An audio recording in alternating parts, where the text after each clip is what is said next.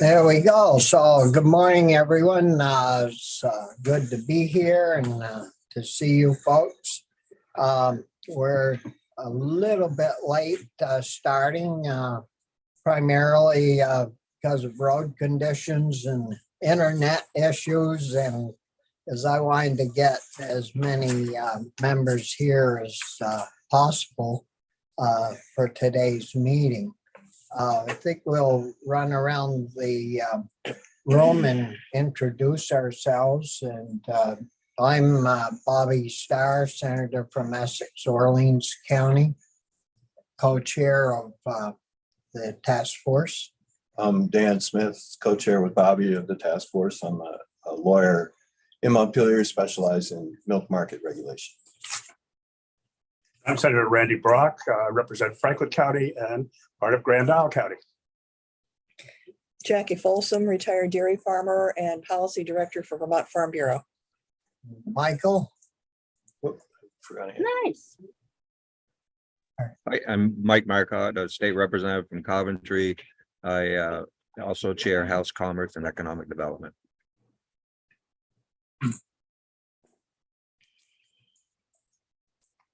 John.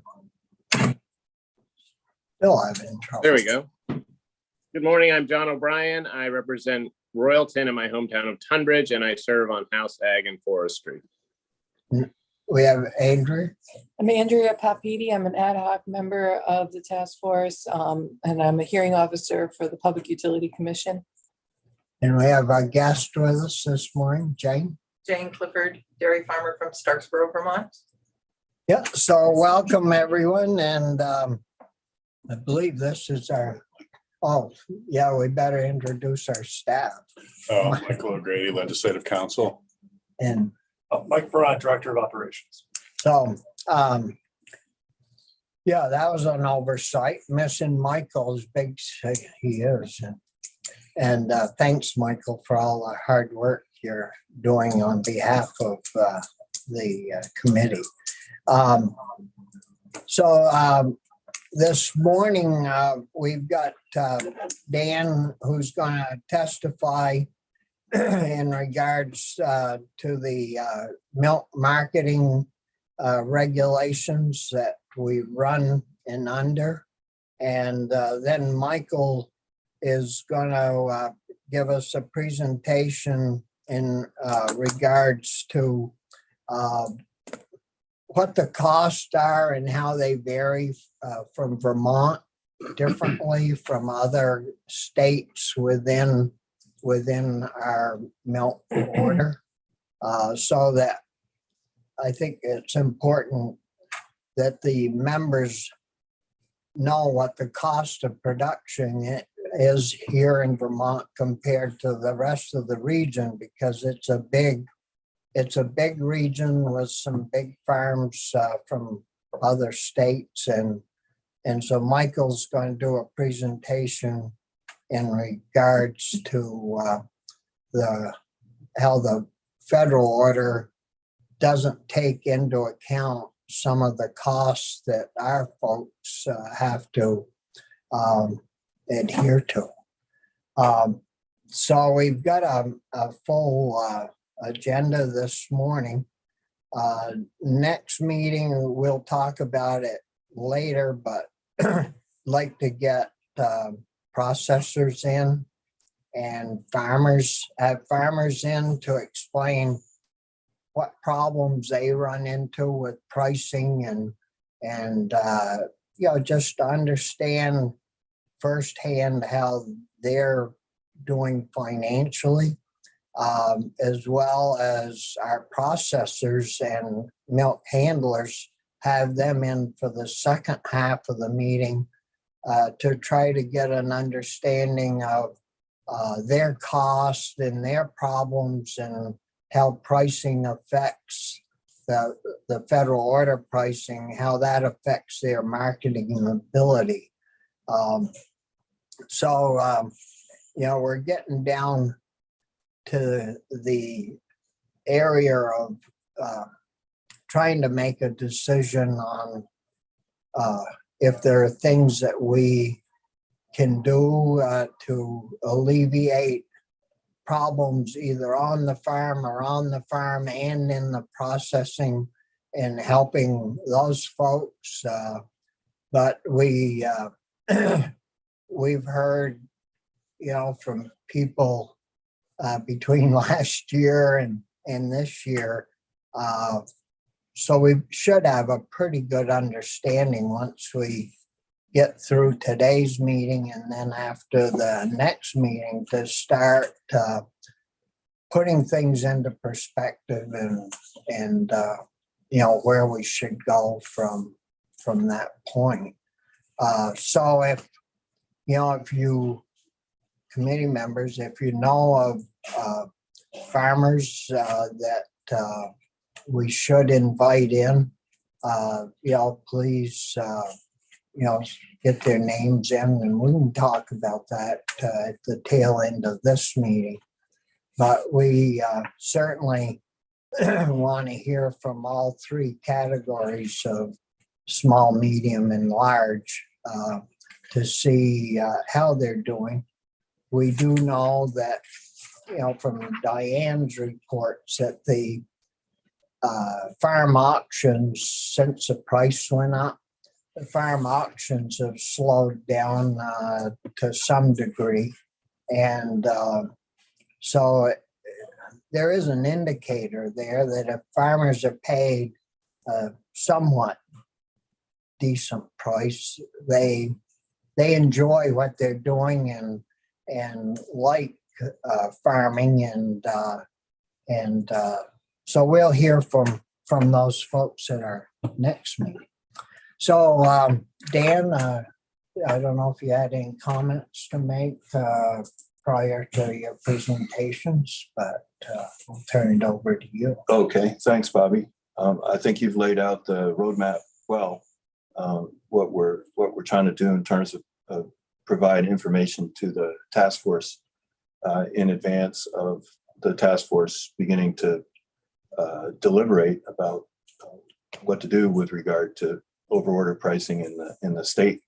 And we're so the purpose of the first two meetings was to the briefing meetings on pooling and pricing. This is the second of two, is to give a background explanation of just the mechanics of pooling and pricing.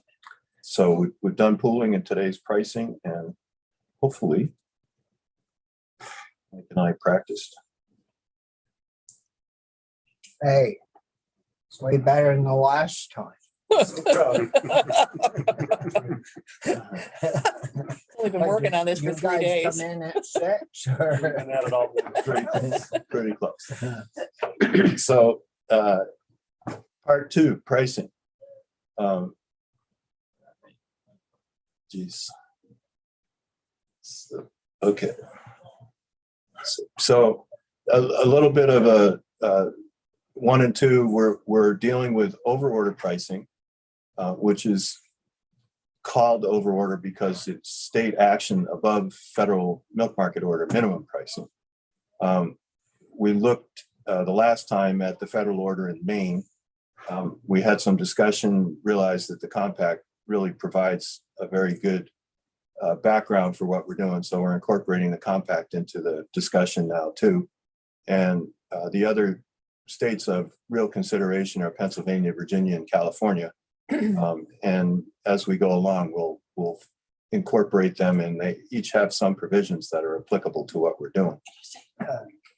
Jane, excuse me, Dan. Yeah. Jane, would you like to set up? I can watch it right here. Oh, you can, okay. Man. Thank you, sir. Modern technology.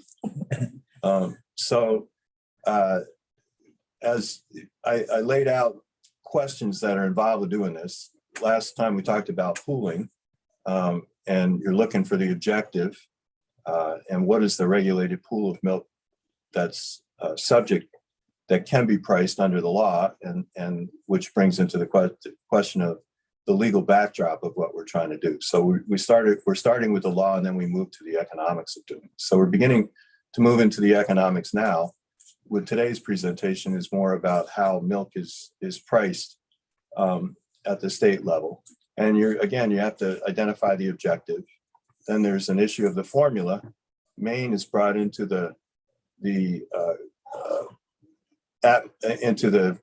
this discussion, the question of assessing a handler fee that goes into the general fund instead of a traditional milk market regulation pooling and payment to farmers. Then the criteria, Andrea's helpful email from a couple of weeks ago, in terms of the formula, there are criteria that are considered in making the calculation. And we're focused in this discussion, in addition of introducing the question of factoring in environmental compliance costs, which has not been part of milk market regulation before what we're doing. And then there's the mechanics of how the proceeds are collected from milk handlers and paid out to farmers from either the pool or the general fund, depending. And so there's that raises for the next presentation of the mechanics of milk market regulation is what is the administrative procedure? Who sits, what does the hearing look like? So that's not part of today's presentation, and we'll get to those issues going forward. And then obviously of critical import is the impact on the market. So we have to consider that. And then in putting this together and making some modifications, I decided that I really kind of have a little bit of commentary on what we're doing. It's partly prompted by questions that have been raised and partly prompted by trying to understand my role and my experience. So I've tried to pitch the briefing to a briefing that I did for Representative John Olver, who was the sponsor of the Dairy Compact in the Congressional House of Representatives from Massachusetts. A lot of dairy farms in Massachusetts. John had most of the farms in the rural part of the state. A lot of farms down near the Cape, but in the more remote area. John was the representative. His staffer scheduled me in for a half an hour meeting for John to decide if he wanted to sponsor the compact, and we ended up being together for 2.5 hours because he was asked all the right questions, and that's how long it took for him to make up his mind. And it really focused on pooling and pricing. So you folks are the task force is charged with making a similar determination of whether to go forward with this. So that's kind of the pitch, at the level of the pitch that I decided I'm doing this to. But big difference, I'm really not advocating for anything. I'm more in my former hat as a legislative counselor of just trying to provide information. And with that in mind, I've tried to take into account what I think are the fundamental questions that have been asked from task force members so far. From Jackie and Randy, something tangible that in terms of what a price looks like, return to producers, and what is the impact on the market. Bobby has consistently raised that a lot of time and effort and expenditure has been devoted to support the development of the value-added products business in Vermont quite successfully, but at the same time, farmers are exiting. So that's kind of the backdrop for the whole discussion. And then John is, I think, hopefully, John, I'm not being too summarizing, but is there a Vermont way to do this? So I think that's gets to my bottom line on the right side, that the key two things in Vermont are number one, that 90% of the products go out of state. And then I'm working from the bottom up, but the controlling point of today's discussion is that what distinguishes the situation in Vermont is that for every dollar that could be charged on an overorder price in Vermont, because of the configuration of the market, somewhere between 62 and 67%, give or take, obviously, can be returned to producers, as compared to the compact, which was in the low 40s, and Maine, which is in the low 30s, in terms of, so 33 cents on the dollar, you charge a milk processor in Maine, the return to the farmers based on the pooling structures is only 33 cents on the dollar. The compact totally different pricing structure, but the return was 40%. So Vermont is in this situation from a legal regulatory standpoint of being able to return upwards of 2/3 as opposed to 40%, 30%. So that's kind of the bottom line in today's discussion.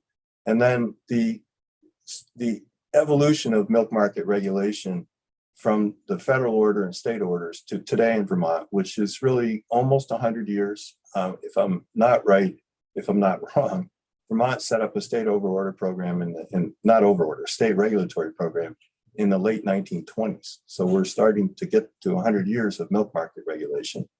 And the federal order took a lot of the principles of what Vermont and Massachusetts and Wisconsin did at that time to establish a regulated milk supply to provide stability for everybody involved, consumers, producers, and milk companies. And that's the fundamental contribution the federal order made to milk market regulation. The focus was only on the cost of milk. So in deciding how to set up a price regulation, they really only looked at producer costs. And that really controlled milk market regulation at the state and federal level till the compact came along. And so the compact's in the late 1980s now, 50, 60 years later, looks at the milk supply, but then introduces the issue of including the consumer, the impact on consumers, and also supply management, as you'll see in a bit, is written into the compact. So new issues beyond just farmer cost of production in the compact. Then Maine comes along after the dairy compact and goes after economic development in addition to milk supply. There should be a comma after milk supply. So their program looked at not just the stability of supply for consumers, but also the issue, the benefit of economic development that's tied to having broad scale dairy farming in the state. Dairy is pretty much tied for the number one agricultural product with potatoes in Maine. So it's a driver of the economic of the agricultural economics in Maine, and the tier program for the first time really looked at that as a criteria.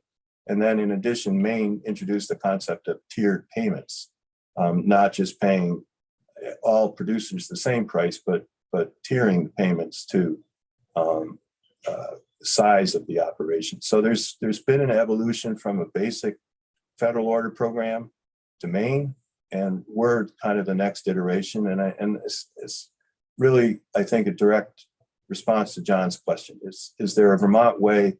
Question is whether we can figure out a way to regulate the price where 90% of the products go out of state, as opposed to just pricing the class one market in state, and two, accounting for the fact that the potential for returning 2/3 of every dollar charged is potentially available here, which is, there may be other states that have industry configurations like that, but they're pretty few and far between.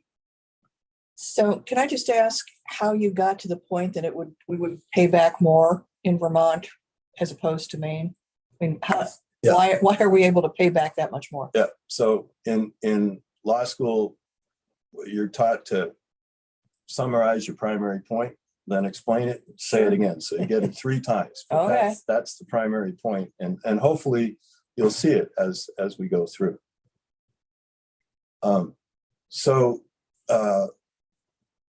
Today's pricing instead of pooling, just to summarize the issues we're looking at for pricing, state over order pricing. Again, the objective formula, and in the formula criteria, how the price is calculated and how are the prices collected and paid by the milk handlers, and then how are they dispersed to producers. So those are the issues in each. We're going to look at first we'll look at the federal order just to lay the benchmark, and Randy is really to say, here's the benchmark federal milk market order price. That's the farmer price. You'll see that at the end of that discussion. And then, but the same methodology, look at the compact in Maine, and then as an introduction to how we might do this in Vermont. So we start with the federal order program, and we start with a pooling recap, just what we talked about in a couple minutes, the last meeting. as I just in the introduction, start with the objective. And the objective of the Federal Milk Market Order Program, 1935, orderly marketing for the production and supply of fluid milk is beverage milk. So the objective of the Federal Order Program was to provide stability of the fluid milk supply really to consumers primarily.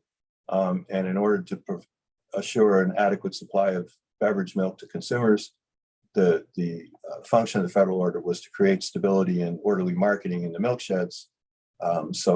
Stability and orderly marketing for producers for the purpose of assuring an adequate, stable supply of beverage milk. So that's the objective. The basic of all milk market is a marketing area.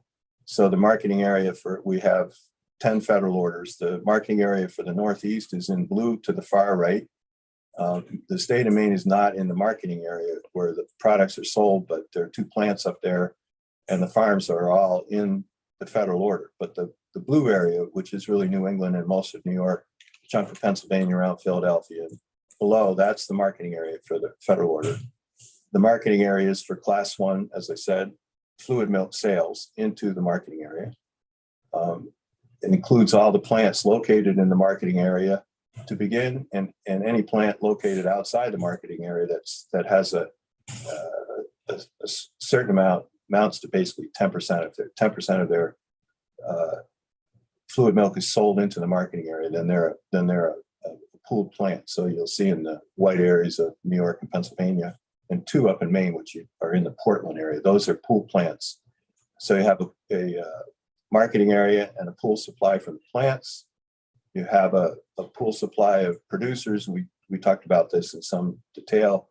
States from Connecticut to West Virginia, totaling 8,800 and change farms and 27 billion pounds of milk in total. Vermont is 2.5 and change of the 27 billion, just under 10% of the supply. New York is almost half now. Their supply has gone up. So you have a marketing area, plants that supply the marketing area, and farms that supply the plants that supply the marketing area. Then we talked, you have your pool of milk, and in order to do your price calculation, we start to move into what we're talking about today. There's a whole procedure of collecting and analyzing data, and it basically comes from the milk handlers. They every month notify the market administrator of how much milk they get, the producer receipts, and how the milk is used. And from that discussion, from those reports, the market administrator puts together a pool. So in the Northeast area this summer, the pool had 2 billion pounds and change total for the month, of which 26.9% was fluid, the class 1. The remainder is non-class 1. The products are soft products in class 2, class 3 is cheese, class 4 is butter powder. So roughly almost 75% of the milk in the pool right now is non-class 1. And so it's really got 2 primary components. But And how do these numbers compare to like 10 years ago? It seems like our class 1 is down quite a bit. Yeah. We looked at that the last time. The class 1 is down from mid to low 30s to below 30% now. Combination of increased milk production and reduction in class 1 sales, lower consumer consumption of fluid milk products, greater consumption of class 2 products primarily. Class 2 yogurt is about equalized to the reduction in class 1. Then there's been more milk production that goes into 3 and 4. So that dilutes the class 1 in addition. So there's higher class 2 and obviously increases in 3 and 4 as well. So now to the pricing calculation in the federal order. So you have our pool. The first issue is the objective. So again, we're dealing with orderly supply of milk. So, and it's the supply. So by definition, got 75% surplus milk, basically, not quite, but so I have plenty of supply of class 1. So at least on a basic fundamental level, the federal order is satisfying the legislative criteria of assuring an adequate supply of milk. The legislative objective, excuse me. So then the criteria of federal order, this is the Agriculture Marketing Agreement Act section that identifies criteria. It really starts with parity.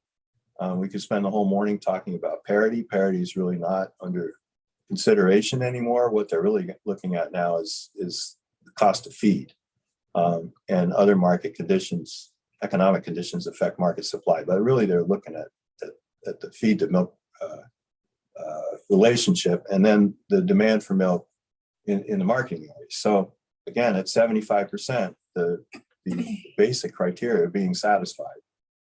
Whether it's achieving cost of production, which the second part of the section actually talks about, but it's against the price of parity. So it gets a little confusing. So there's a discussion of cost of production, but focus more on feed than anything else. But the default of the federal order is what's underlined: ensure a sufficient quantity of pure and wholesome milk. That's really the criteria that the federal order program anchors on when they hold a hearing. That's where they start. They don't get too far behind it. They're looking at energy. They're looking at cost to manufacture milk. But essentially, they're marginally adjusting formulas because there is a sufficient supply of fluid milk at this point. So how the calculation is made is where the complexity of federal orders kind of takes everybody off the rails. But basically, this is a pretty useful summary from Dr. Wolf's presentation. You're establishing a minimum price that handlers have to pay. It's not the price, shouldn't be under the regulation. As it says, these set the bottom and the market sets the top. And it's a weighted average, basically, of the class prices. And the modern iteration is that it accounts for components and not just the different classes. And the components include butterfat and solids and protein, and that's a new addition from in the federal order reform of 2000. And so the net of that is you take the pool, which is up top, and then factor in the components of the milk that are in the component values: protein, butterfat, and other solids. On the right side down at the bottom, those are the component price values.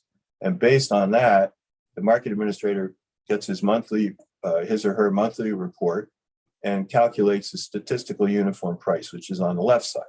So for the month of July, based on the computation, the statistical uniform at 3.5, which is like the baseline, is at $26 and change.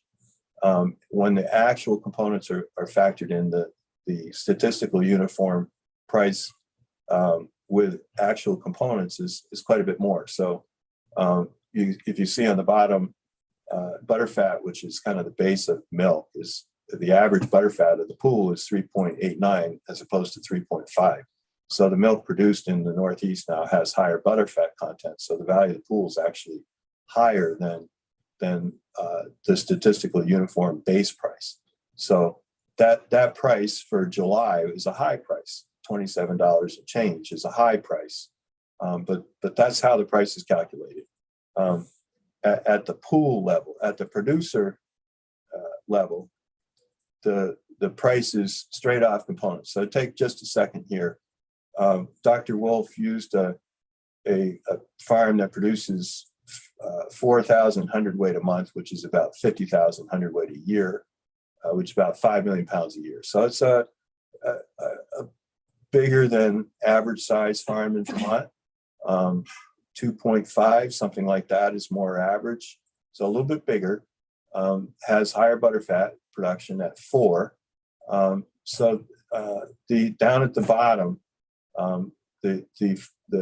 it's pretty close to the statistical uniform price at components. So you price off your components, the value of the components, and each of the components that's in your milk, the pounds of those different components calculates out, totals out, and it then is translated to a per 100 basis. So for every farm in the market area, the 8,000 farms and change that are pool supply plants, this calculation is made by their handlers based on the information provided by the market administrator. So it's a pretty complicated process, but it has provided stability in the marketplace and transparency in terms of pricing. There's disagreement as whether individual producers can actually see how their prices are calculated, but it's there to be found. It's in the data and it's there to be found. The market administrator, just to recap, I tried to use the format that Julie gave us from Maine. On the left side, the market administrator does the calculations and bills the handlers. So there's in order to net out a price, you'll see the class 1 price is higher than the statistical uniform price. So in basic terms, the fluid milk handlers pay in to create equalization on the minimum price to producers, and the market administrator pays out to the handlers, calculates what each handler owes the producers in aggregate, and collects the difference from the fluid dealers who have to pay in, and then pays that out to the other handlers, and that's the equalization pool. And it's all pools run that way. So the market administrator calculates and runs the equalization pool, and so the market administrator collects the money and pays it out, and based on that, the producers are paid their component pricing. So it's a fairly elaborate scheme, but in its basic, there's reporting, calculation, equalization pool, payment to producers, and it's pretty well set. So now to Randy's point, what is that? How is that netted out? So since the federal order reform, it was 2000. So I go back to 2004. That's the data the market administrator. This actually data he provided. He started the pool 2004. The average has been 1764 in our neck of the woods. We're in a spike period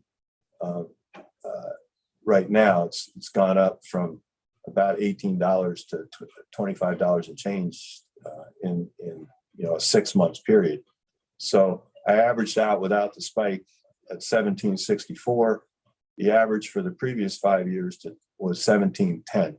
So if you account for the spike, it's somewhere closer to $18. So between $17 and $18 has been the pay price, and yeah. What was the main factor in the spike? I think you're post-pandemic. It's a post-pandemic market adjustment. All kinds of upheaval. Basically, it does track supply and demand on the spot market. So there was reduced milk production, and then demand came back, and with a lag between production and demand in the international market, drove the price up. Bob Wellington, yeah. I can imagine that it could be hard for producers to have that Fluctuation. Yeah, that fluctuation. That's crazy. So, Well, during the pandemic, the producers lost schools and a lot of restaurants. right, And so when they came back online, the demand right. went up. And lost a lot of farms. Right. Yeah. Yeah, so it's a really dislocation between supply and demand. And then demand coming, it's the international market too, as well as the local market. Same dynamic though. But you're absolutely right. And we'll talk about that a bit of the compact, the price volatility as well as price insufficiency are both driver problems for producers. So the other issue was, if you look at the graph, we knew about every 3 to 4 years, price was going to crash, price was going to go up. I mean, it was just a cycle we were on until 2009 when everything went screwy. And then it was almost like we knew it was going to happen so that you could bank on it. But then 2009, when it stopped doing the 3-year, 5-year cycle, that's when it became a real problem. So has Maine seen more stability as they've Yeah. that's one of the benefits of. That's correct. That's Overall the pricing, is And- more and- stability. and that's driven out of the compact looked at price volatility as well as price insufficiency, established a counter cyclical pricing to try to dampen the volatility, which we'll talk about. And Maine incorporated that into their design. So yeah, that's the backdrop. You know, what is the Vermont way would be to look at volatility, Yeah. as well as The price other, itself.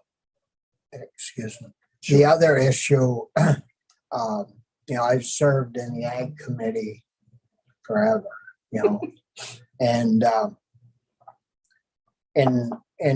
all the way through from 15 to 21. I mean, I get all weekend long chat with farmers about how bad things were. And this last 6 months, from more than that now, 8 or 9 months, I get one occasionally. And that's usually because the cost of what they're buying has jumped way up, like fertilizer or corn seed. But it wasn't so much about the pay price.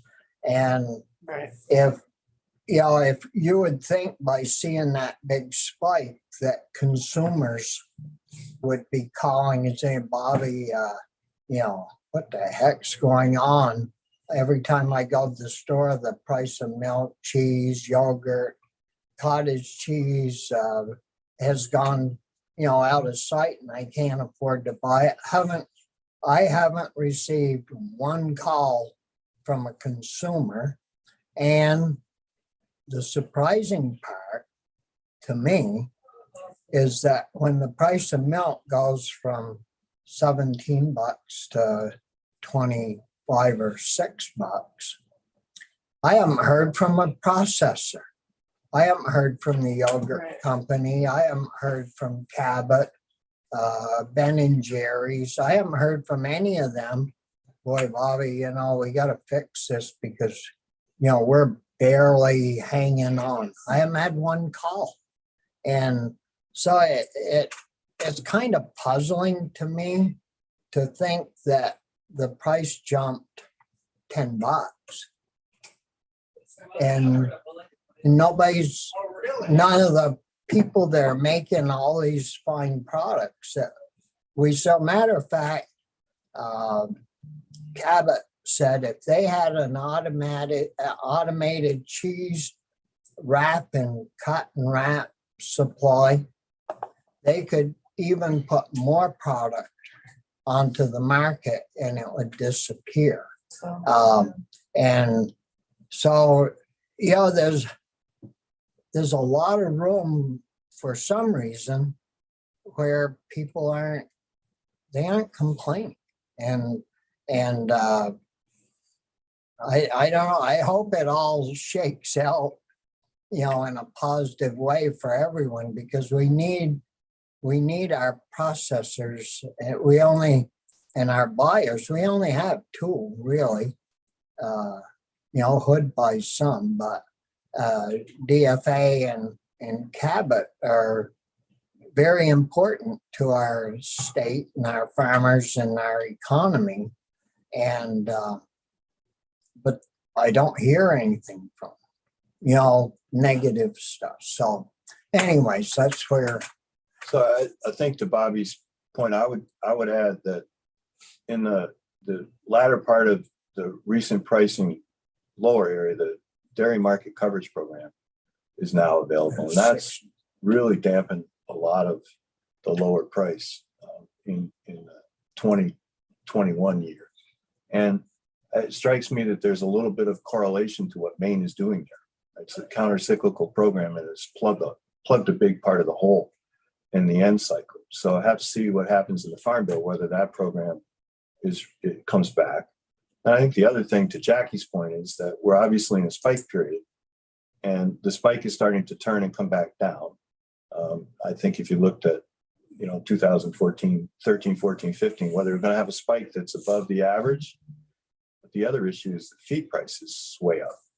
With inflation, feed prices are way up. So it may be that the spike doesn't come down, like it has, but producers are still not going to be seeing a return because the feed price is going to take them a lot of that margin. So recovery, Jackie, is going to be hard if feed prices. Well, stay. I agree. And for somebody that doesn't understand that, looking at this, they're looking at, wow, farmers are getting 25, 31, but they're probably paying out 25 to make the 25, 31. But dairy there's margin no- coverage. There's no margin. Well, CMC that's picked true, up but they're last not month. getting it now because the price is so high. Last month they got it. They did, but it's been a year. So, and thanks to the state, because we did put in that they could get help paying for it.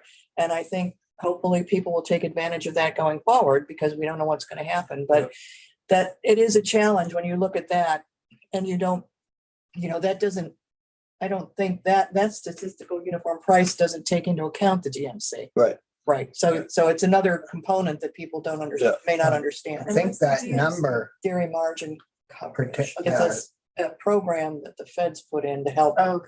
And the farmers have to, it's an insurance risk management program, and the farmers pay for it, but through Bobby's committee, we got assist on the The payments. task force gets to take some credit. We recommended. yeah, we Bobby. recommend. I get it. I know. Yeah, that was. That was our number one. Yeah, that was the only thing we could do. And of course, I don't want to prolong this, but all summer, and last spring, once we approved that, There were no holy payments. smokes, they aren't paying, Yeah. I know. that we aren't paying a dime on this, and we're gonna lose more than what we paid in for the insurance premium.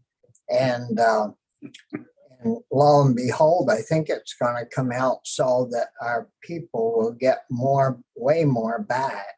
I think the first month about covered premium. It did. I think so. Yeah. I've And got to run the numbers, but I if think you that's look gonna at come out. that, where we went above the red line and then it went down, and I believe right in there, it was about $60 million Yes. paid to our Yeah. farmers through Yeah. the insurance program. Yeah. So it really, that's what saved a lot of our farmers. And of course, we lost a lot of them during those down points. But I think I really have to factor that into this analysis, because it's really a corollary to what Maine's doing. So for what Vermont is proposing to do with or without the DMC is a very important consideration. But to your point, Randy, your question, federal order 1764, basically for the last 20 years, 17 and change for the last 5 years, not accounting for the current spike we're right in the middle of. The last issue of federal order pricing, this is the minimum price, as Dr. Wolf says, the minimum, and the market sets the top of the price. So the market administrator calculates a mailbox price, and the mailbox price counts for the actual price that producers get paid, counts for charges that cooperatives assess their members, and also the premiums that the co-ops are able to recover in the marketplace. So over time, pretty close. At this point, it's not a whole lot of premiums left in the marketplace, and the federal order price, the statistical uniform price in the Northeast tracks pretty close to the minimum price. The market administrator also calculates a New England mailbox price. Had some, I was going to put it up, but just too much data.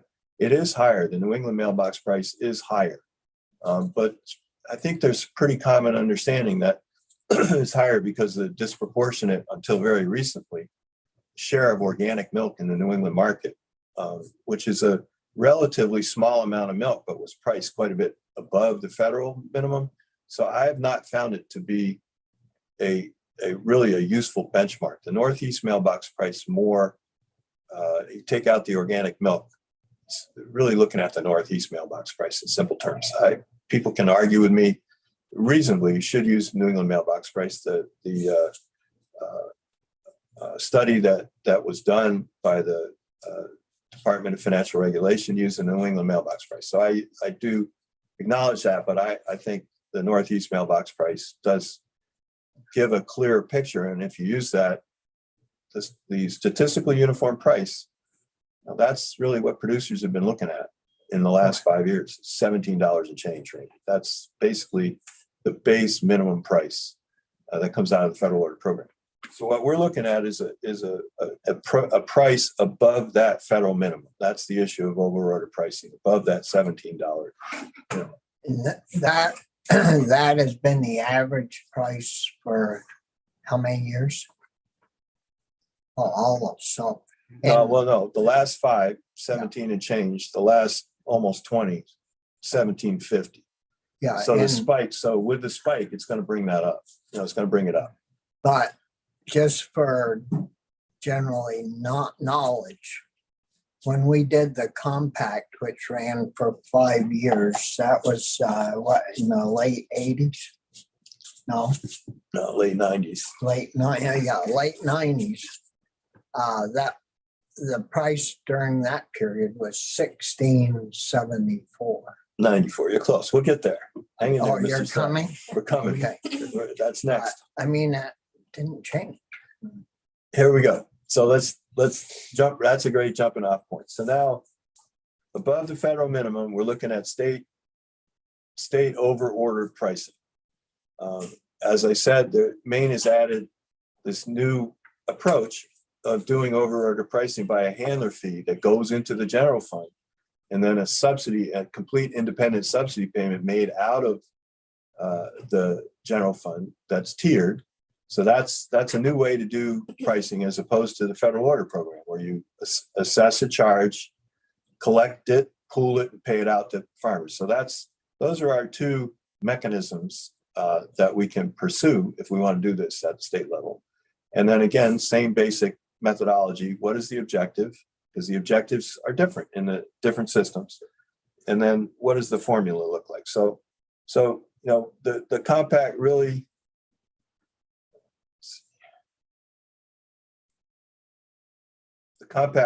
provides a pretty helpful design for what basic overorder pricing looks like. And it's really the most modern iteration of what overorder pricing looks like. From the mid 80s, the design of the compacts, the mid 80s, which was sort of the tail end of vibrant state overorder pricing. It's kind of when there were a number of overorder prices actually in place, and they really got kind of pushed out by consolidation, regionalization, and a lot of lawsuits. And the compact responded to all of that. So here's, I guess for some background, when I was working at Legislative Council, I got asked by Senator Starr, was then Representative Starr, chair of the House Ag Committee, to look at the issue of overorder pricing. We came up with the idea of doing a regional pricing mechanism. And Vermont sold milk to Boston, bring Massachusetts and Vermont together and see if we can figure out a way to come up with a pricing structure that is mutually agreeable to a consuming state and a producing state. So out of that discussion, we devised a purpose that accounted for the fact that you had to account for the interests of consumers, as well as the producers. So the objective was to, again, stabilize the supply of milk, but recognize in addition that as a regional matter, having a vibrant dairy industry was important to the region's economy. So that was a new, kind of say, oh yeah, that makes sense. But at the time, the market system didn't look at that. It just looked at the milk supply. It didn't look at the function of farms in a regional economy. So that was a big deal to add that to the objective. So compact, adequate supply of milk, but also account for not just stability for the supply, but stability because of the importance of farms to the agricultural community. So you're taking into account consumer interest as well as the producer interest, and not just as a supplier to the market. And that was a major step change in milk market regulation. The pool, now I think we go from the complexity of federal order to a less complicated compact pool. You're only looking at the fluid market. The manufactured is strictly, the manufactured milk was strictly involved with the producers that supplied both in the region, because you're dealing with the interest of the farms.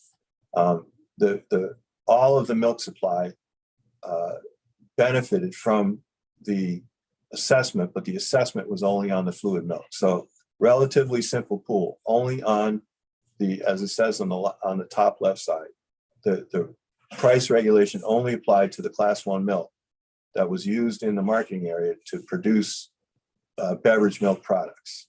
And what, again, made it relatively straightforward, most of the fluid milk beverage products were sold in the marketing area. Very little was sold out of state and very little came into the marketing area. So it had a relatively stable pool. So then, and then now we're getting to your point, Jackie, why Vermont is higher than the compact. To have 42% class 1 utilization. So for every dollar you charge, you can only return 42% if you account for the other 58% of the milk. You see? Yeah, so, but was this from the compact or is this from now? This is the compact. Okay. This is the compact. Yes, So now it's lower. yeah, Right, exactly. that's my point. Yeah, well, yes and no. So at the time, this was just the Boston pool, right? 6 billion pounds of milk down at the bottom. The Boston pool had 6 billion pounds of milk. The Northeast order has 27 billion pounds of milk. When the Northeast order was put together with 25 billion pounds of milk, class 1 utilization was in the high 30s. So it was lower than the Boston order, but not by a whole lot. Still had relatively high class 1 utilization. That's been diluted out. But even at the time, it was only in the mid to low 40s. So dollar charge payback is only on the class 1. If you account for the 58% of the milk that went elsewhere, that's in the 6 billion pounds of milk. So important point to Vermont. So if anybody has questions, charge $1 on the class 1, but you're paying out on all the milk. And we'll see the numbers in a minute, but that was the essential compact marketing area and pool. So again, the advance in the criteria, we're looking at the not just the cost of producer production. We're looking at the market as a whole. So you're looking at the prevailing price for milk outside the regulated area, which accounts for the impact on, if you're going to provide an assessment on class 1 dealers who sell into the marketing area. You want to make sure you don't dislocate the market going out. So that was an issue, not in the federal order. Purchasing power of the public, as I said, the driving principle of this is to find a arrangement between Vermont and Massachusetts. So you had to look at the purchasing power of the public. That's a whole new addition to the concept of milk market regulation, is to consider the purchasing power of the public being the consumers. So that was a big change. And then, after a lot of discussion, supply management is added down at the bottom. You don't want to set a price that's going to create an incentive for producers to produce more milk that would distort the market. So consumers, market as a whole, consumers, supply management, three significant big changes to criteria used for milk market regulation between the federal order and the compact. So, and to your point, Andrea, those are, key evolutionary changes in how milk was regulated between the federal order and the compact. So, with those criteria in mind, the Compact Commission held a series of hearings all over the Northeast, and hopefully get a chance to talk about that a little bit in terms of the process of how you set a price with Andrea in terms of how the Public Utility Commission does that. But out of those hearings, what emerged, as I said in the very beginning, was that in addition to kind of where we started and what Bobby's always talking about, the producer price insufficient to cover cost of production, primary issue. But in addition to that, the price volatility, major problem for producers. So the price regulation addressed both of those concerns. And so in today's hearing, I'm only looking at that piece of this, how it affected the market. That's for the next time reading. But in terms of what the regulation looked at, it looked at price stability and some marginal enhancement to the producers. So how did that translate? As Bobby, you said 1674 was actually 1694. The compact said, okay, in terms of price stability and marginal enhancement, we're looking for what is a price that can do those two things without dislocating the market. If you remember, that's what we were in the search for. So what we came out with, we had the dairy economist from the agency and the one from the Department of Ag and Mass. And what we came up with was to take what had been the federal order class 1 price and adjusted it for inflation.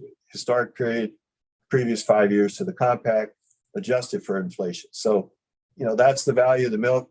Federal order program doesn't do that. We'll do that. Run the numbers. A little fudge, I have to admit. Governor Well from Massachusetts, from a political standpoint, said $17 is not a number I can live with. It's got to be less than $16.94. So the number was actually $17.13. If you remember, Bobby, we had a hearing and a vote, and Massachusetts said Massachusetts could veto the whole system. One state, one veto. So the Harold Hargan was the producer member from Vermont. Put on the table 17-13, and the chair of the Massachusetts delegation says no. So 5-1, but no meant no deal. So we had a backup plan. We fudged the historic period a little bit because the compact it wasn't a full 5-year period of time. So we fudged down the historic period and came out 1694. So that became the base charge to processors instead of that amount, which you see the volatility in the price at the time. In 1997, the charge to the processors was the difference between the federal order price in blue. So in 1997, it was just under $15. The charge was $2.04. The next year, the price went up, only charged 67 cents. So it dampened. Just do this. It dampened the price. So the procurement price, you can see, took the peak out and it took the valley out of the price. The yellow was the charge. So that's what they were charged for the period of time. So we took some of the volatility out of the price other than that peak, and then we enhanced it to the producers. And we enhanced it by 60 cents a hundredweight. I'll go through the math here real quick just to see that. But that's basically what we did. That's basically what we did. Set a price and collected the difference on the fluid milk for in those amounts each year. And then the machinery, basically the same. The commission we actually trailed right through the market administrator. We got his data and ran our own pool. That's basically what we did. So we got the producer receipts every month, figured out the class 1, non-class 1 milk use.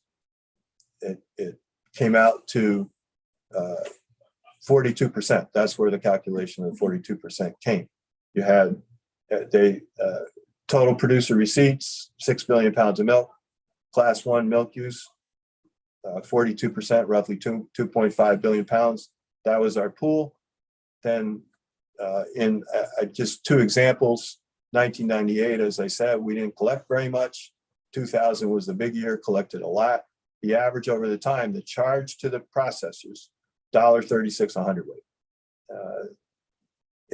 11.6 gallons to 100 pounds of milk, 11 cents and change per gallon of milk.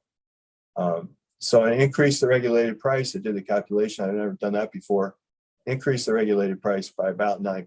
So processors under the compact paid about 9% more than they would have without the price regulation. The net result down at the bottom on the pool, on an average basis, annual basis, the compact commission collected and paid out $34 million a year that otherwise wouldn't have been paid out to producers. And so Randy, $1.36 charge to milk processors under the compact, and the payout to the farmers at 42% worked out to an increase of, you're collecting $1.36 times 42%, you're paying out 57 cents a hundredweight. So that's what the compact paid. Increased the regulated payout to the producers by 4%. So, 42% of 9% is 4%. You charge the processor 9% higher price, blended out, pays out to the producers, increase 4%. So, for a farm business, a marginal increase of 4% of the revenue, I ran what was sort of an equivalent to Dr. Wolf's farm at the time, which was a farm that produces about $1.2 million, which was a larger size farm, slightly larger than average size farm at the time, had net receipts under the federal order of $165,000 at the the blend price was Bobby's point. The blend price, where's the blend price at? Blend price here somewhere. 1710 times that production, 166,000 pounds gross revenue. The compact didn't pay a whole lot of money, but it's a 4% increase. So that's essentially, in terms of from a regulated pricing structure to farmers, what the compact did was increase the charge to the processor by 9% and increase the regulated minimum return to producers by 4%. That was the net result of it. And 4% is a marginal amount, but if you could get to a break-even cost, that would be a reasonable return to producers. So again, the methodology was to run an equalization pool, essentially the same as the federal order. Did the calculations on a monthly basis. Class 1 dealers paid in. Compact commission paid out to all the handlers to equalize producer payments, and then the handlers made individual payments to their producers. So basic milk market regulation equalization pool, almost 100 years of history to running an equalization pool, how to do that. That was 80 years at the time that we drew on. So 57 cents was the average. And to Bobby's point, the federal order 1710, I said it wrong. That's what the federal order price is now. It is higher, Bobby. It's gone from 14 to $17. Wow. But if you look at inflation, I'm impressed with that number. Dan, John. was there tracking done on the other end? Excuse me, on the retail end. So if the processors were paying 9% more, was that just shuttled along to consumers? Yeah, good question, John. And we're going to look at the impact at another meeting in some detail, because it's critical to what we're doing. how does the middle absorb an increase to the procurement price, right? That's the key. Yep. But I have to say the long and the short of it is that there were umpteen studies done because it was a pretty unique thing in milk market regulation. And, you know, I am a little biased on this, I have to say, that I think where the better studies came out was that there was very little impact of that on the retail market because it was taking the volatility out of the market, and milk prices stick to the retail on the way down, not the way up. So we took some of that stick out so that the processors couldn't take their procurement price didn't have the same peaks and valleys. So the analysis kind of proved that out, they stick on the way up, you collect it. On the way down, you're anticipating it's going to go back up. So you take a little extra on the way down to cover yourself on the way up, which producers can't do. Yours just goes down. You can't keep your price up to your buyer. The retailer can do that, and they do that. So this gave them more price stability and certainty than they'd had under the federal order. So they didn't stick it quite as much. That's what the better analysis showed.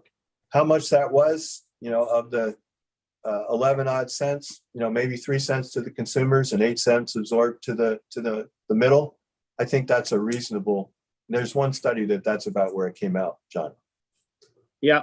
Well, the other statistic I would love to see, and you'll probably grapple with it down the road here, is that of the class 1, 2, 3, 4 now of that 2 billion plus, it'd be interesting to see the retail value of each of those classes, or if you could get into it even further, sort of the margins for the processors in those, because I think along Bobby's thoughts, yeah, everything outside of class 1, there's money to be made there.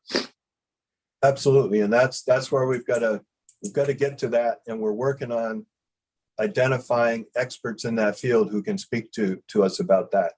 The fluid market's easier to analyze because you go from 100 pounds of or a gallon of raw milk production to a gallon of raw milk, a gallon of raw milk production to a gallon of packaged finished beverage milk. Not a whole lot happens in between, but when you make cheese, yogurt, ice cream, a lot happens in between. So what do those margins look like? We're in a more complicated business here with the manufactured side of things than we were with the fluid side. So that's to exactly your question, John, is where we're headed in terms of market impact. Okay, great. So, okay, Randy, so we have pricing under the compact was, I guess it's right there. Basically round numbers, well, not round numbers, 1384 was the average equivalent minimum federal order price at the time. Compact raised the price 57 cents a hundredweight. Charge the processors $1.36, pay producers 57 cents.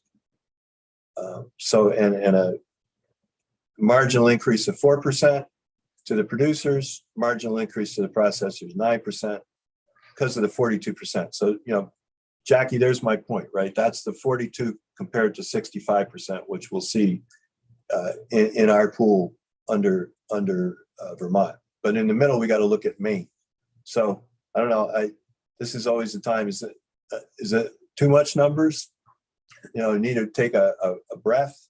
I just have a Questions? question. Yeah. So we've seen the history of what happened with the compact. Have you run the figures based on what's happening today? What would the compact look like today? Well, that's what I'm asking. Yeah, I wanted to do that for today. I just didn't get to it. Okay. I'd like to do that. I'd like to see, you know, since we pegged it to inflation, if you brought it forward to inflation and the federal order price is $14 as compared to $17, Mhm. how does that, is $17 what $14 would be if adjusted forward to inflation? And if not, would the compact have raised it that's where I wanted to get to. And hopefully, in terms of market impact, I'll be able to get there. Good question. Other questions before I look at the main example? I have just one more. Yeah. So we have a Vermont Milk Commission, and I believe they have, do they not have the ability to do over order pricing? They have enough ability so that they could set the state on fire almost, but they don't mean so. So there is a mechanism in place to do what we're looking at now. Definitely. But Okay. whether the criteria are fully accounted for in the existing statute, it's more configured around the fluid market, in-state fluid market, as opposed to the manufacturer market going out of state. We have to look at that. Yeah. Have to look at that. Yeah, I don't know if the Milk Commission really has the ability to do what we're trying to do. I mean, they have the legal part, but as far as the time and the staffing, I can't imagine how, because I go to the meetings, Mhm. well, I used to when we had meetings, but I don't know who we haven't got a Michael Grady, or Dan Smith, or the connections. They don't have the connections with other states to put all this together. And We had the Compact Commission had a staff of 9. It shook out to about 6 after we set the regulation. I don't think you'd need a staff, of that magnitude, but you would need some staffing capability that it just doesn't have. Well, I guess my point is that so maybe it's something that we can ask Mr. O'Grady to look into as far as parallel paths. I don't, we've got the legislation for the Milk Commission. They have the ability, they may not have the staff, but is there some way, that we can work together as opposed to putting in more legislation that wherever we're going? We have the mechanism. I just don't want to forget that they do exist, whether they meet or not. That's not our problem. The point is they do have the ability to do this. I would due respect for Senator Starr, I'm not sure they have the ability. Well, and I guess that's what I'd like Michael to find out, because I think, I don't know whether they do or not, but I know that it's in statute that they might. Sure. So we're trying to, at 30,000 feet, see what this might look like, and then how we do it. That's one of the key issues is, can the existing commission operate as configured now, or is some modification required? Right? Well, yeah, that would be fair, because if we don't need to reinvent the wheel Yeah. and we have a mechanism, can we just go boom and put that there if Sure. that's where we're heading? Absolutely. Thank you. see, we never fooled with manufacturing at all, because we didn't, when we were doing the compact and set up the dairy the commission over there, we never really dealt with manufacturing. We didn't have that much manufacturing. You saw where the class 1 went from back then to now. Right. And because the big push through those years was, well, we'll do value added, and then that money will trickle down to the farm and we'll be in good shape. But we got to get this manufacturing going good. Well, we did what we set out to do, and we're manufacturing a lot of milk right here at home, but it's never seemed to have trickled down to the farm. And so we're in a lot different place today than we were with all the numbers, from the production to the manufacturing to the fluid. They're all totally. Everything's different, but I don't mean to beat a dead horse, but the Milk Commission does have the manufacturing, it has the consumer, it has the dairy. I mean, we're kind of we have people who are not doing any of that actually. And so I'm just trying to get a better handle on, they have the representation for the people that we're looking to affect much better than we do here. So that's my only point about the Mill Commission. Okay, just to fill out a little bit Bobby's point of how the market has changed. And we have to look, because the market has changed so much in Vermont. So what Bobby said, there was very little manufacturing capacity in Vermont at the time of the compact, but there was 58% manufacturing in the Boston market. Right. Vermont was supplying the fluid market. And when he and I started, it was closer to 50%. So Bobby's point was, we're going to leverage off that 50%. We're going to share it, right? But the primary benefit would be to Vermont 50 cents on the dollar. In the time I lost my hair, he got a little bit older. We went from 50% to 40%. So it went down, Bobby. You're where we were trying to leverage. And now it's down. It flipped completely. Right. Now we're on the manufacturing side. We're on the It's other. totally side. flipped. Totally flipped. Yep, it's a new discussion. I agree. Okay. So basic pooling and pricing, federal order to compact, Maine takes that. They had an overorder program, basic class 1 overorder price back to the 30s. It's been in place since the 30s. In the 80s, they added a producer margin payment as a second price. And then about 10 years ago, they added a milk handler fee. So they really have 3 programs in place. So, they are the most advanced in terms of what states are doing. The anchor is no longer the overorder price, now the handler fee and tier payment. But it's really quite remarkable what they've done. So what can we learn from what they've done?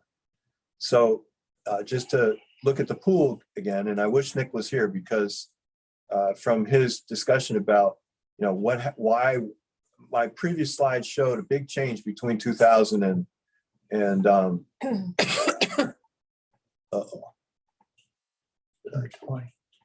think I blew it again. I don't think this is right either. No, that's right. Is it right? Excuse me 1 second. They increased, that was the population.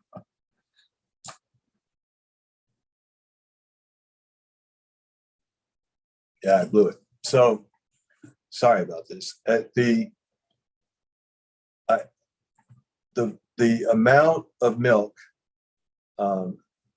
is in both cases 33%. This is a mistake on my part. I apologize.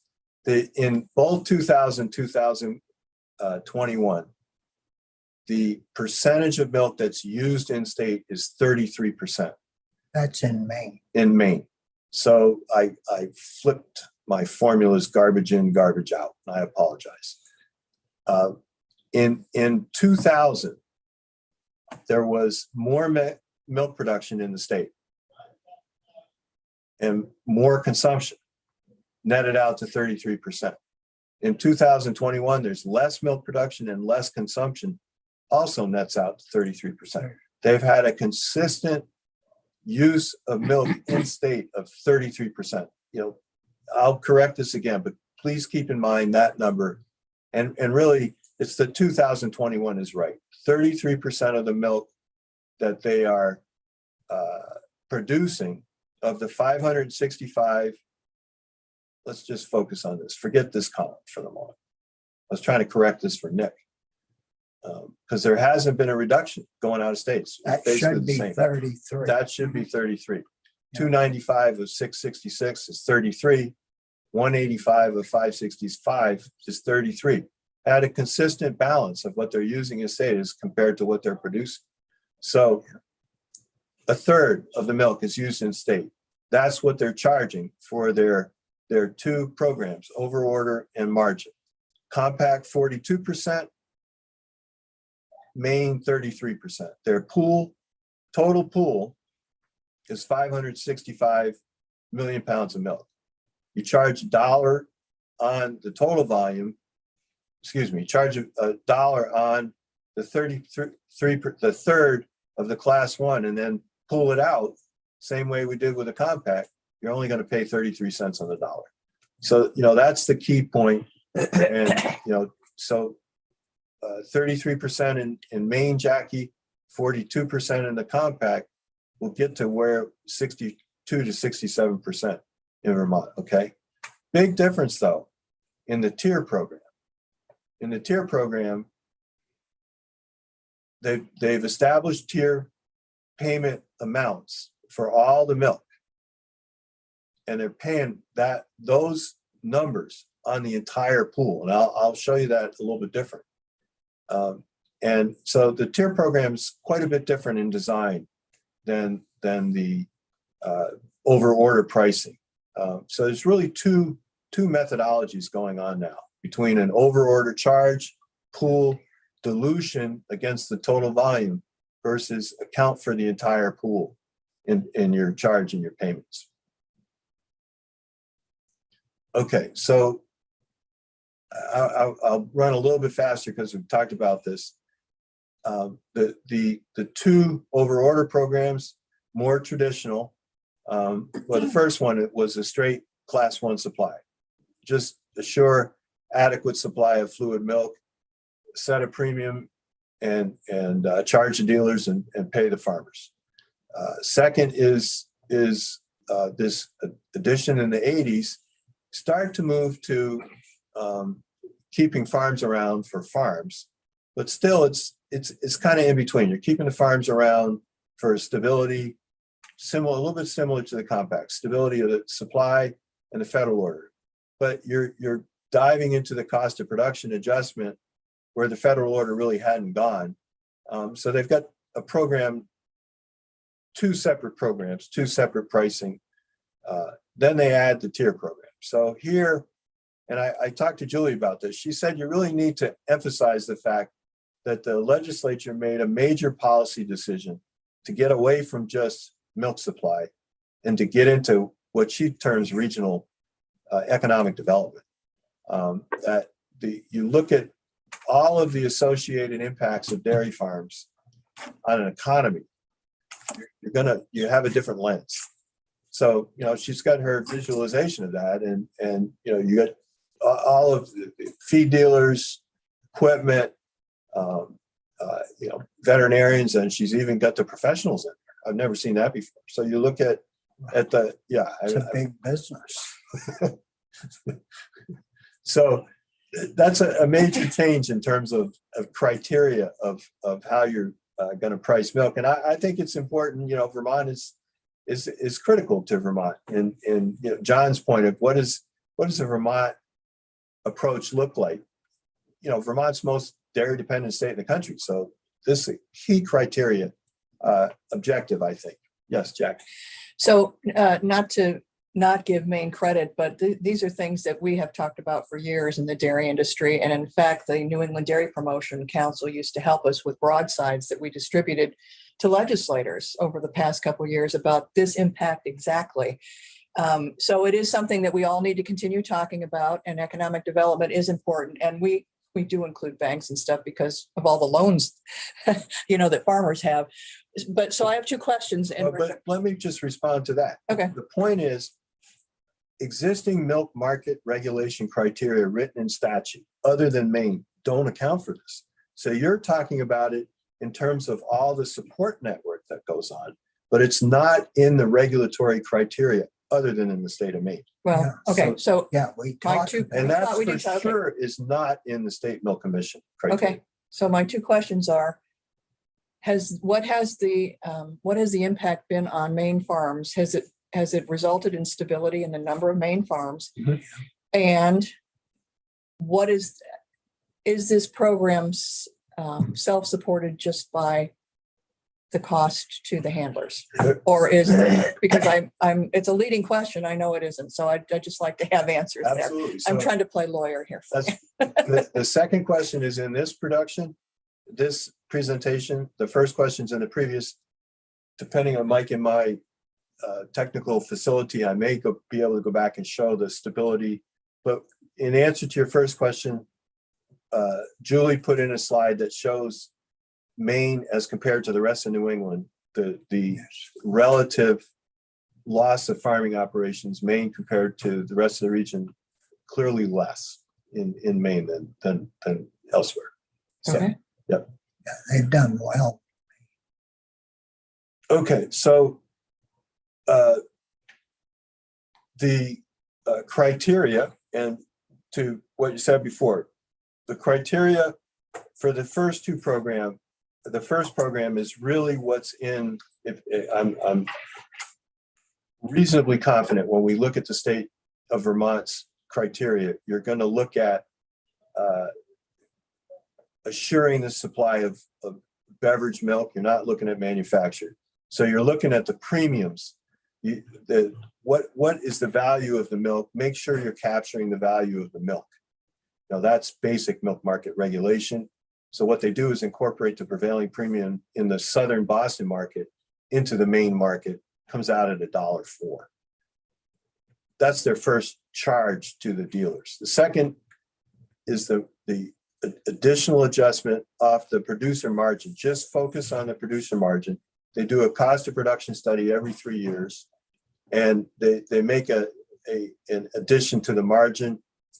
It's fluctuated. It's now $1.63. Tier program, completely different. They're looking at a break-even cost of production. They're not just trying to factor in cost of production. They're aiming to get to a short-run break-even cost of production. Major change in how they actually went for cost of production. People talked about it. They said, if we're going to assure the economic development, maintain the economic development related to dairy farms, we've got to assure a break-even cost of production to our producers. So, and that was a major change in the discussion. Okay, so those are the criteria that they've used. As I said, the amount, to Randy's numbers, charge $1.04 on the over order, charge $1.63 on the producer margin. Blends out at 33%, which we'll get to. But that's what they're charging to the market. Both. They're charging both. So they're charging $2.67 to the market, minimum above the federal order. Above the federal. Above the federal order to start without it. Okay. Then you add this is how they pay for, to your point, Jackie, here's how they pay for the tier payments. In addition, the producer margin is charged no matter whether there's a tier payment or not. If there is a tier payment, there's an offset for the over order price. That one comes off. If there's a tier, not a tier payment, excuse me, if there's a handler fee as the third charge, then that the $1.04 comes off and the producer margin stays. Okay, so here's how they do it. It's counter-cyclical. They took the compact concept, and if the class one price is in start at the bottom. If it's $18 to $18.50, they charge 24 cents a gallon. If my math is right, it's $2.78 a hundredweight. So we're at $17.10. You know, it increases incrementally by 4 cents a gallon for every 50 cents of the class one price. So at $17, you know, add another dollar. So at $17, you're charging the handlers $3.78 a hundredweight. As the price goes up, the charge goes down. So it's counter-cyclical. So again, So it keeps it stable. that's the idea, and stable at a higher price, right? Yeah. So it goes away above. Well, there's a minimum charge of 4 cents a gallon. There's a minimum charge of 50 cents a hundred. At $21 and over, it's 50 cents a hundredweight. So they're collecting these amounts, they're paid into the general fund. Paid into the general fund. What's the lag time on this? Is it a month? Is it 2 months, 1 month?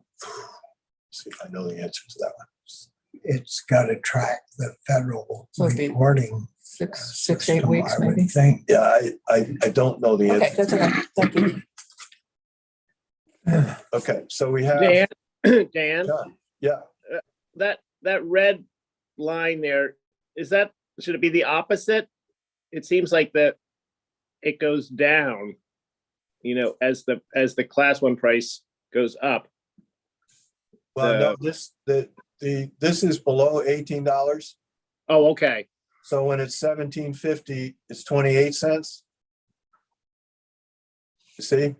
Yeah, I got it. And when It's $17, from there down, 32 cents. right? So at $18, it's $2.78 a gallon. $17 is $3.76 a gallon. Okay, Yeah, I see it as if the chart was going down and down and down, right? correct. Okay, so 2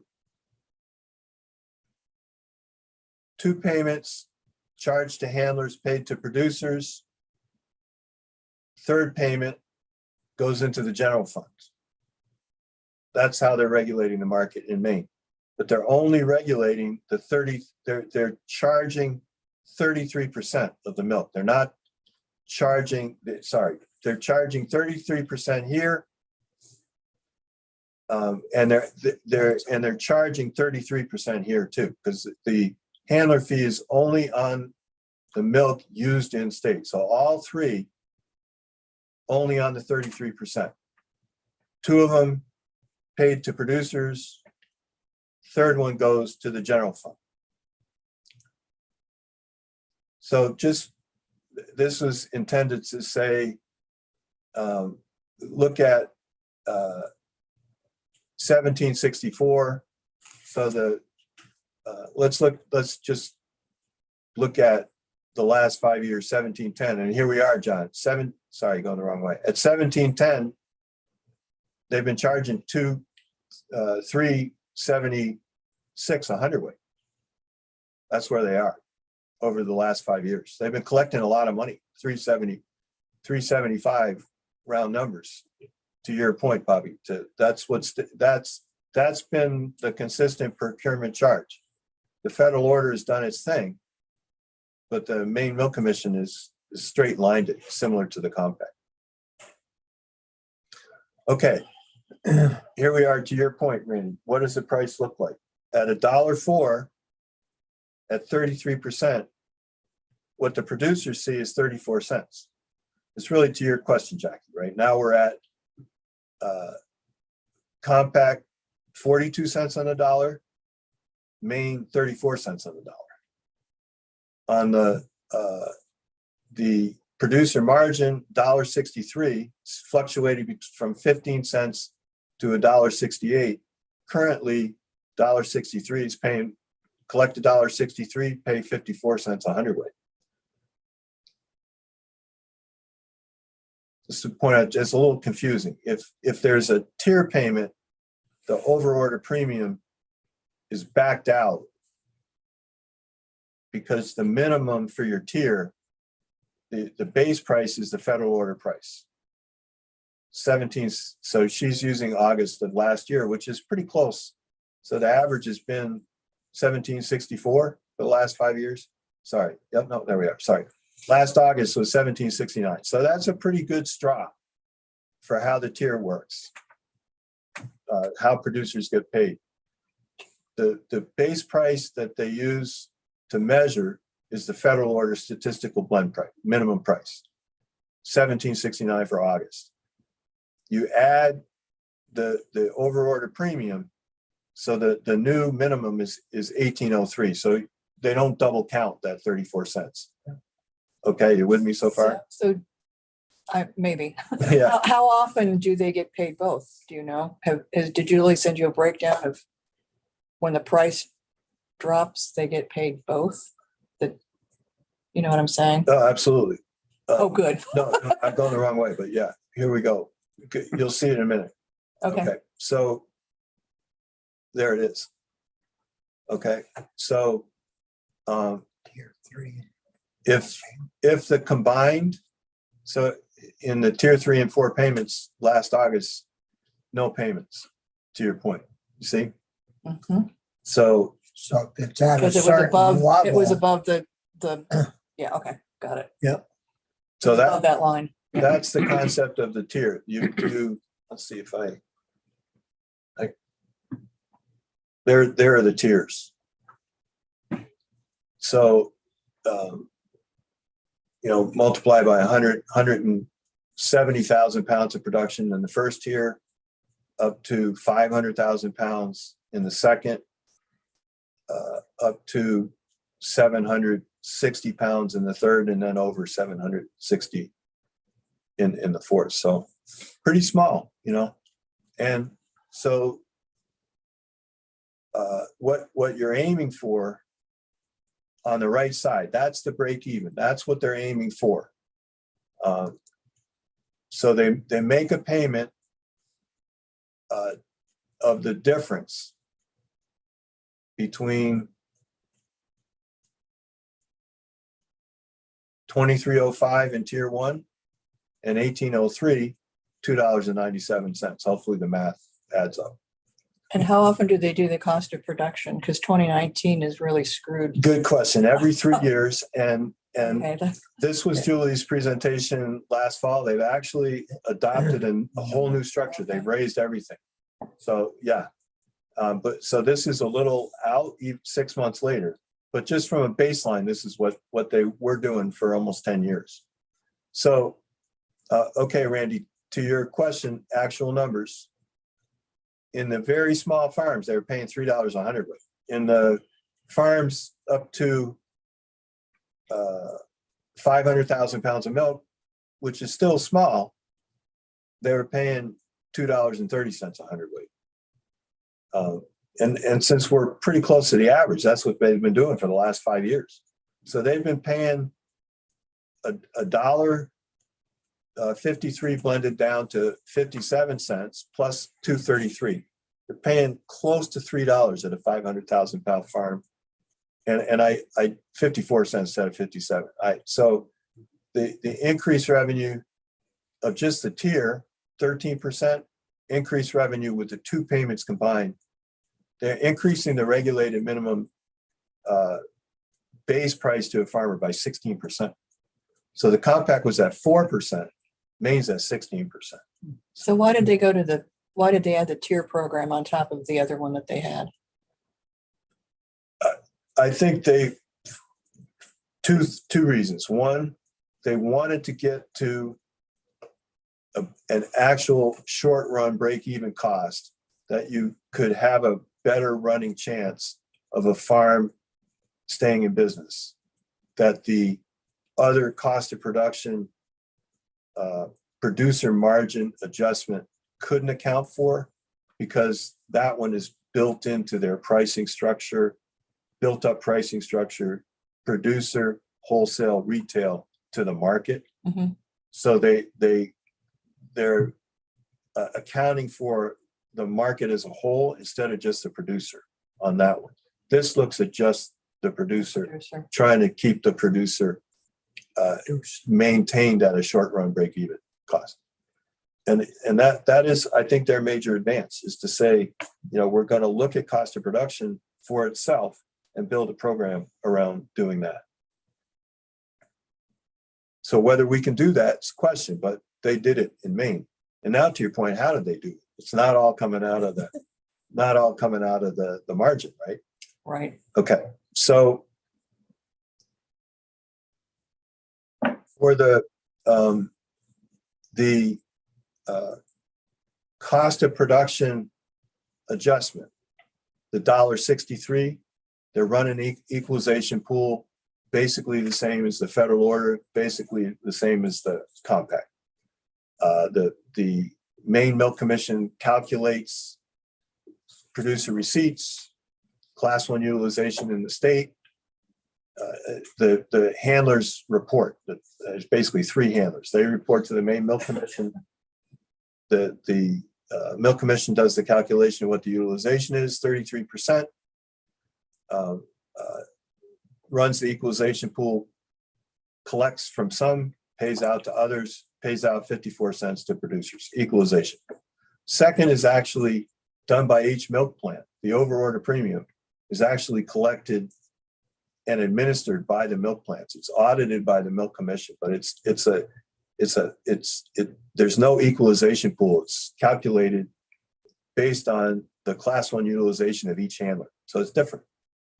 Different setup, no equalization pool. The average is the 33%. It's going to always average out to that 33%. Maybe different handler to handler, but the average is 33%. Running out of time, so I'm going to. Okay, the handler fee, as I said, completely different. It's paid into the general fund. So the calculation of what's owed, similar. There's a calculation done, but the payment is made into the general fund. So it's a totally separate pool. Okay, so how does it get paid? Here's your point, Jack. I don't know, Mike, if we can get the right box out. Is that doable?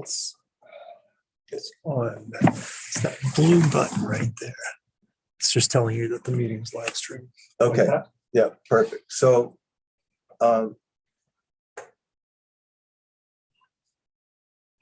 the total expenditures are $150 million for the period.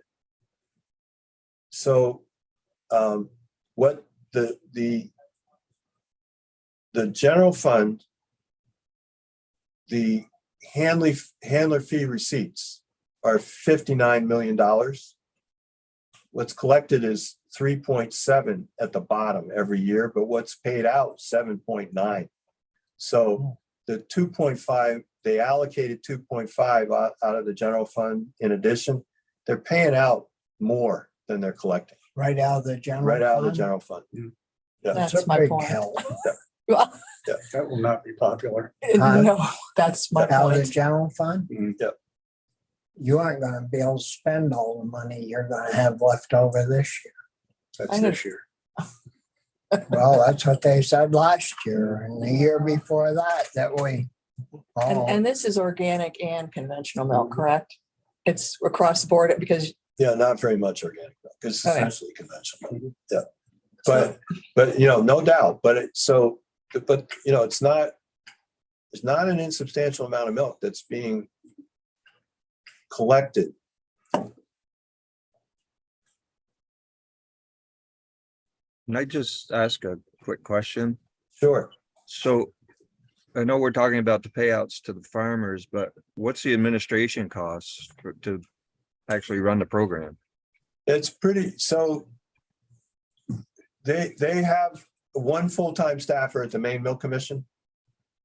And they have some support staff in the Agency of Ag. I would say 1.25 FTE, like not much. Not much milk. It's 550 million pounds of milk and 3 milk dealers. We're more complicated, but that's where they are for that breakdown. Thanks. Dan, John? why is it that both the federal order and the Maine order over order, are tied to fluid milk, for class 1, when increasingly that it seems that's the tail wagging the dog. I mean, or are we headed where we're going to invent something new, sort of like the tier program, and it will actually account for other things besides that decreasing class 1 pool? Exactly. I mean, that's precisely the question. And Maine basically has no manufacturing capacity. They've only got the fluid market to work from.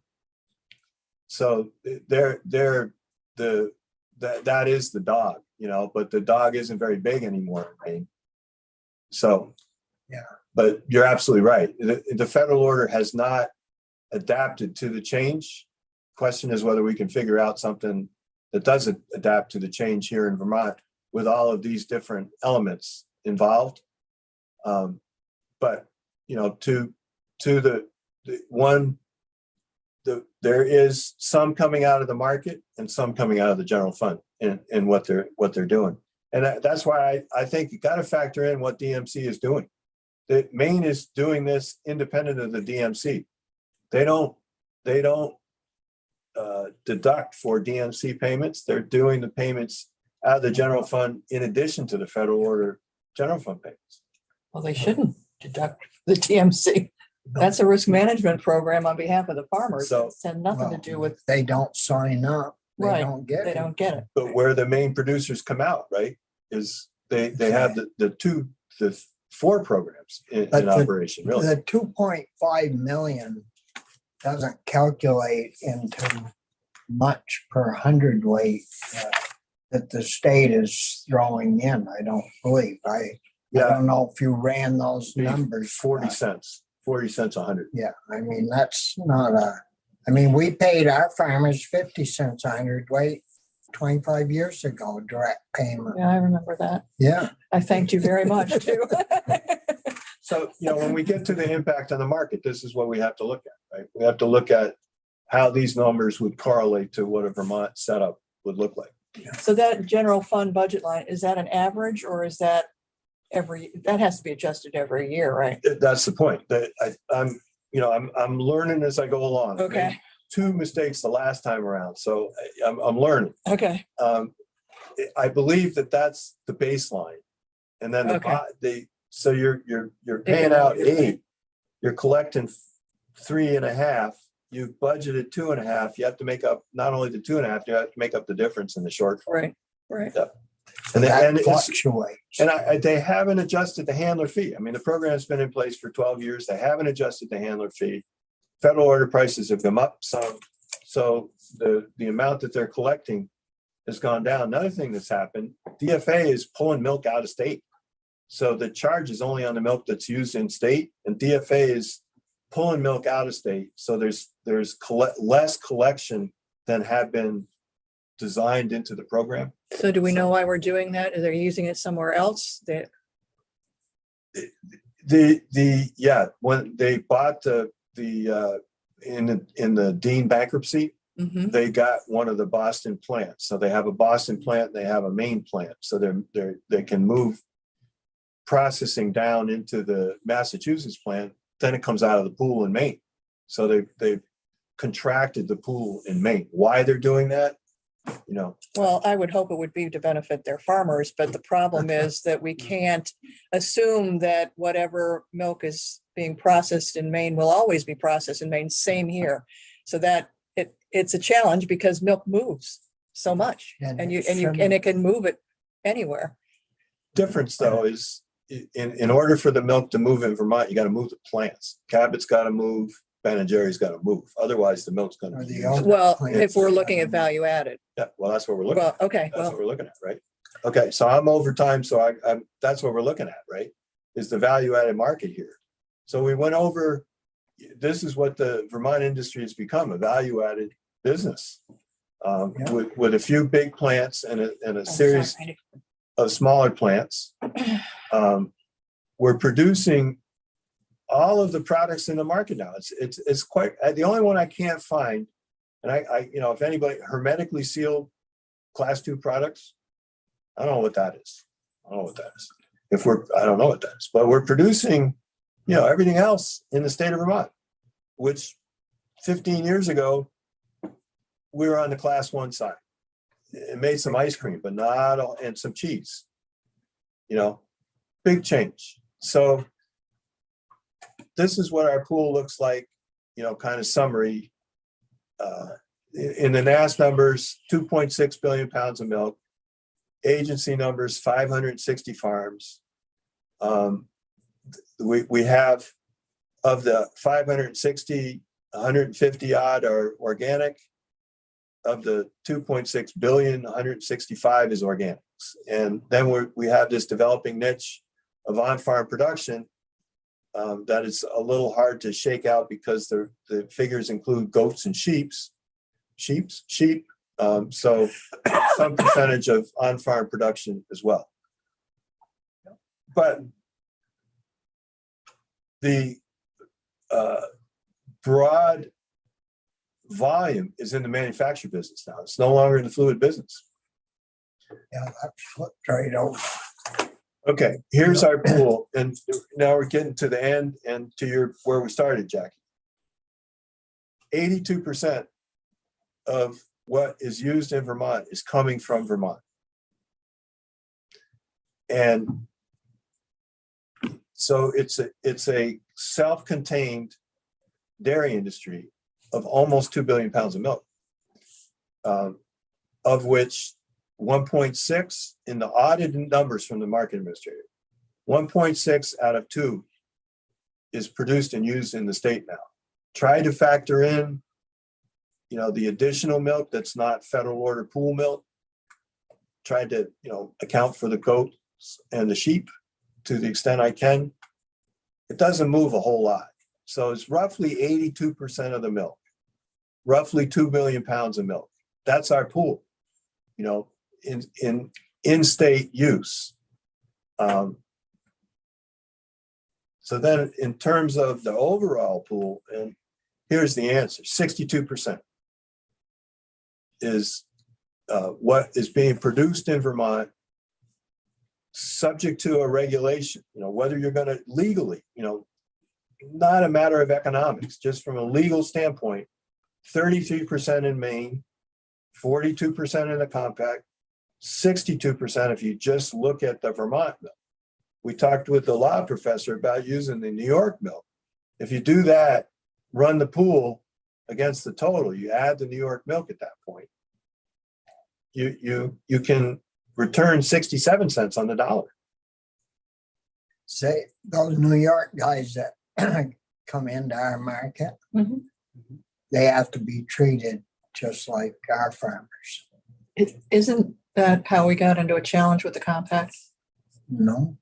Other way around. Yeah, That's how you avoid They it. wanted to come in. yeah, we right. avoided the conflict. So that producers, that it does include Monument, Hood, it's class 1 and all the, and class, Everything. everybody. That's Okay. correct. So this is, am I going the right way? This is the federal order pooled numbers. That's the audited pooled numbers, right? So the milk received by plants in Vermont, that's their vernacular.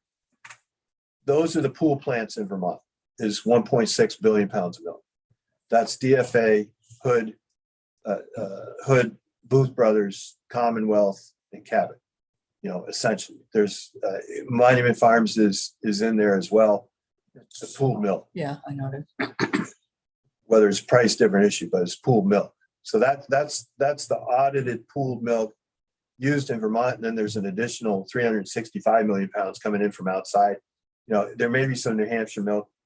Don't think so, but expectation is mostly New York milk. That's the total. I mean, that's all the plants in the state. That's the volume. 2 years ago. So is that the most updated info that we have? It's 2 years. That's what Okay. that's correct. There's some reduction, but it's pretty, I think it's pretty sound still. We're down 100 million pounds of milk, maybe. So the percentages though probably won't change much. The poundage might change, but I doubt if the percentages would change. Okay, much. that's fair. So I'm eating in your time here a little bit, Mike, Yeah. but I'll get done just real quick. So because we have such a small consumption base in the state, the equivalent to what Maine is doing at 33%, we're at 4%. So we can't build a pricing structure around the class 1. No matter what we want to do, we can't do that. You're going to return 4 cents on the dollar. We talked about maybe some marketing off the 4 cents, but in terms of an overorder price, that's just not doable. So I tried to identify from all the different objectives of the different programs. And so, I think to John's idea of a Vermont way, you're looking at supplying Vermont milk plants as opposed to the class 1 supply to the fluid market, is to assure that you're going to have stability in the plant supply Compact and tier program, economic development, cost of production, it's kind of in the middle. And then, you know, what you said before, Jackie, there's discussion about Vermont farms to the culture, to the landscape. Those aren't really included in what Maine is talking about. You know, those could be other things that could incorporate the discussion. You know, the physical landscape gets to the tourist industry in Vermont. So it's an issue of economic development, but it's, you know, this kind of more than that to shaping the physical landscape. So I think to look at Vermont as a dairy dependent state, open your mind to that. And really, to your point, Jackie, what's in the discussion are not in the criteria right now, would be to incorporate those into the criteria. So I tried to do that, you know, beginning for what Mike O'Grady might look at the existing milk commission, compare the compact, add those issues, begin to add the additional issues. And you know, we don't want to dislocate the market, affect our in-state plants, don't want to do that. Don't want to have an adverse impact on either the organic market or the on-farm production. Have to think about that. And then we have to begin to think about environmental compliance. So, you know, begin to build a Vermont-centric criteria, building off of what's been done in the past, just, you know, beginning of that, what that might look like. And this is pretty much where I'll quit. You know, where I started, that if we can figure out a way to do this, there is a chance to return substantially more than other overorder premiums. And we can figure out a way to do that without dislocating the market. The percentages of in-state use is truly significant at 2/3. It's a truly significant differentiating feature of what we're trying to get at. So is that where you're gonna end, Dan? Yeah. Well, Just see it. Yeah, you gave us quite a load. I know I do that. You know, Harold Francis used to say you put a whole ton in a half-ton pickup and broke the springs. But no, very good presentation. There's a lot for all of us to absorb, and I beat around in this, like I said earlier, for a long time, but I've still got a lot to absorb. So thanks a lot for doing such a good job. Well, Yeah. I would just leave 33%, 42%, 65%. Yeah, that's good. So, Would any of you need to take a break? 5 5 minutes? 5 minutes, Randy? Fine. Yep. So why don't we, hey, folks on Zoom, we'll be back in about 5 minutes sharp. Sharp. Shark. So we'll